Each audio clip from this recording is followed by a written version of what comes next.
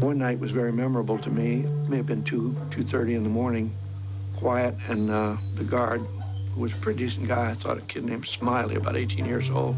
He did his duty, but I don't think he liked it too much.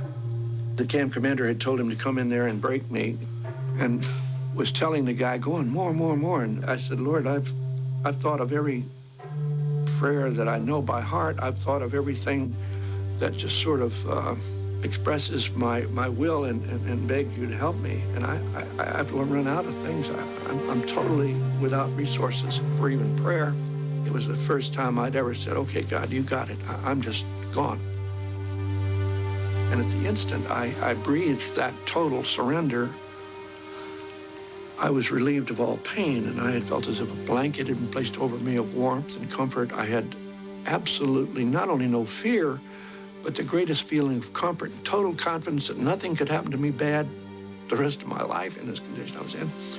And that's when Smiley looked at me as he was pulling on. I looked at him, and my face must have said, well, Smiley, what are you doing? You're not hurt me. You can't break me.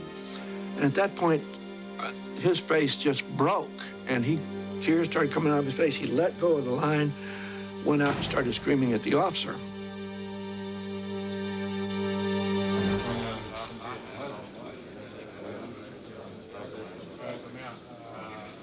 Having tortured me for my confession, they were going to hope they could carry over to an interview in which I would say the words they wanted me to say. But I decided I'd just say the opposite of what they briefed me on. Saw the lights of the TV cameras, and decided I'd blink my eyes in Morse code and spell out the word torture over and over again. In case they fitted words into my mouth that were apologetic on my part. In other words, faked it. I would at least let them know I'd been tortured by T-O-R-T-U-R-E.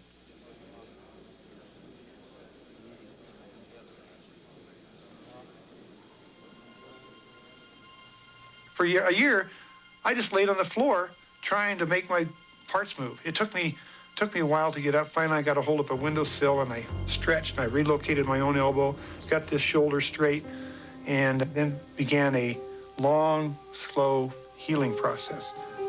And I was covered with boils and infection, and as a diversion, as my mind is racing, I can't sleep, I'm in delirium, but I started squeezing pus out of my boils, and I started painting a picture on the wall.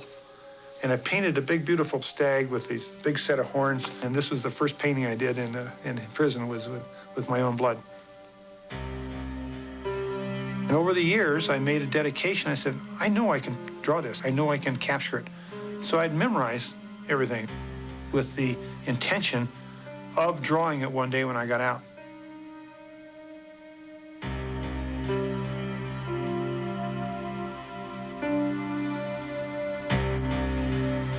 We began to talk about the war, how long we're going to be there and everything. And I was thinking, well, I'm only going to be there about 6 months or so. And then Charlie says, no, we're probably going to be here about 2 years. 2 years? And when I finally came to that realization, my God, that's going to be a long time. And it just kind of hit me all at once. I just took my blanket and kind of balled it up, and I just buried my head in this blanket and just literally screamed with this anguish that it's going to be that long, 2 years. And then when I was finished, I thought, wow, okay, I can do that. I can do 2 years. Of course, as it turned out, it was 2 years. And it was 2 years after that, and then 2 years after that, until it was about 7 years in my case. But who was to know at that time?